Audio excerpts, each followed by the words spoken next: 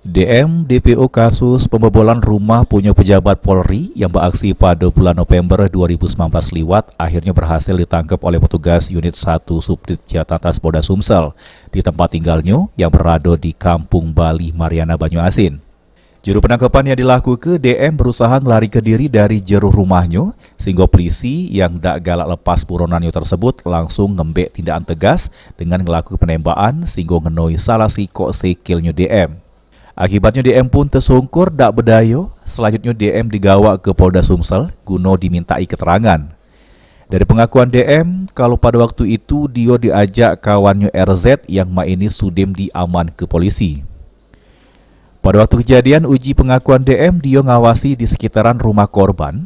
DM dewek sudim 2 kali ngerewangi RZ ngelaku ke aksi pembobolan rumah.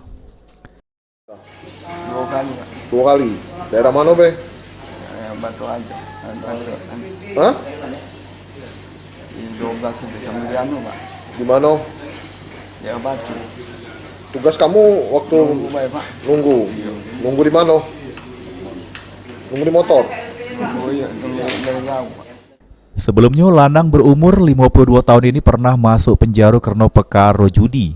Ini kedua kalinya lanang yang sehari-hari berkebun parak rumahnya ini harus ngerasa kelagi dinginnya tidur di balik terali besi.